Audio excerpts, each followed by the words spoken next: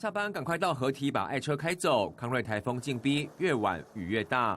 台北市宣布下午4点水门只出不进，民警也在出入口进行管制，有4小时缓冲，到8点就进行拖吊，而晚间10点全市水门关闭。发简讯，因为有加那个台北市政府的那个 LINE 因为你看像那个上次好像东湖跟汐止那一边嘛，对啊，所以应该会给大家蛮多方便的。不担心风雨，只烦恼来不及移车。台北市府这回将时间往后挪，毕竟上回山陀台风太早关水门，导致往返内湖跟东湖的用路人大塞车，这会给民众充足准备。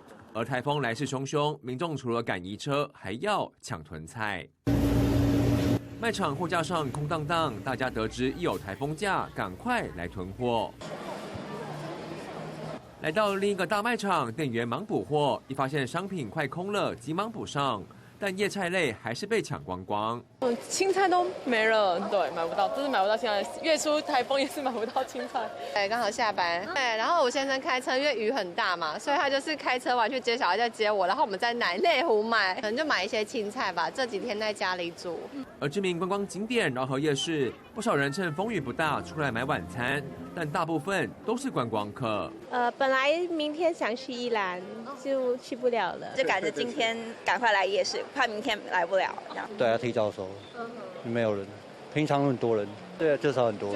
虽然有人，但对摊商来说跟平常比还是不够多，干脆关店防台。